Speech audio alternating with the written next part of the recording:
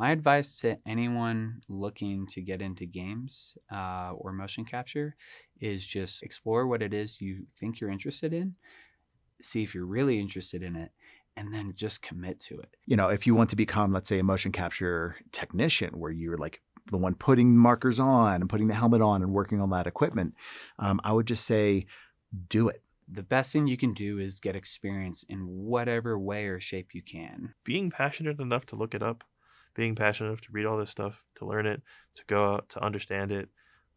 That way you can show up at a place and be like, hey, I know how to do this. That helps a lot. And then also just being willing to ask for an opportunity to sit in the room, be a fly on the wall, and try to figure out other people's processes. My advice is to just kind of like exhaust all of your options. The internet's like a huge, amazing place. YouTube has like a whole bunch of tutorials on like how to get things set up.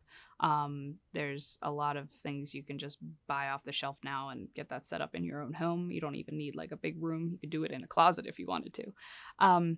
Practice with anything you can get your hands on. Stay passionate about what you're doing. Whether it's production, being a MoCap technician, being a performance director, like do whatever you can to just learn and grow to the position that you really want to do. And because it's okay to change your mind later. Like you could always go and explore something else, but if you have to commit to the thing that you think you're interested in, and that I think calls for some exploration of all the options that are out there. And build a really good reel or portfolio. I think in MoCap's sense, it's better to build a reel. You can demo what you've learned.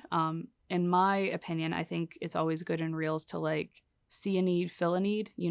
What kind of a problem do people in motion capture often come across? How would I fix that problem? And here's the result of what I did to fix that problem. The technology is available at home. This stuff is not like for the elite anymore. There is free stuff on the internet that you just set up a video camera and move around.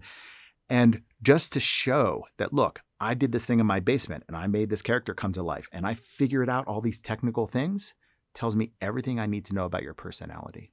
One of the biggest challenges I faced or learned as a motion capture tech is just there's a lot of troubleshooting that has to go on behind the scenes.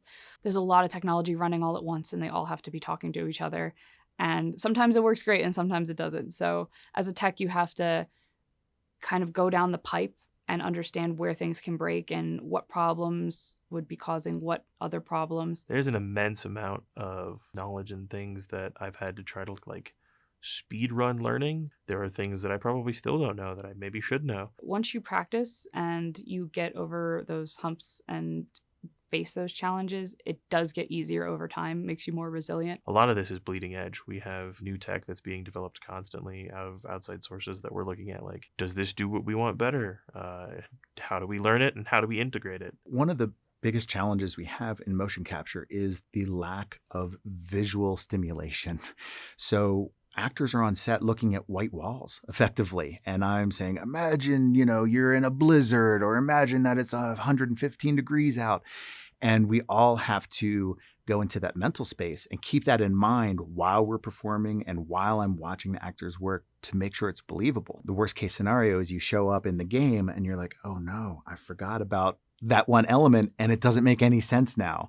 So one of the biggest challenges is just making sure that you have a complete mental picture of the scene that you're trying to create, even though all you have to look at is white walls.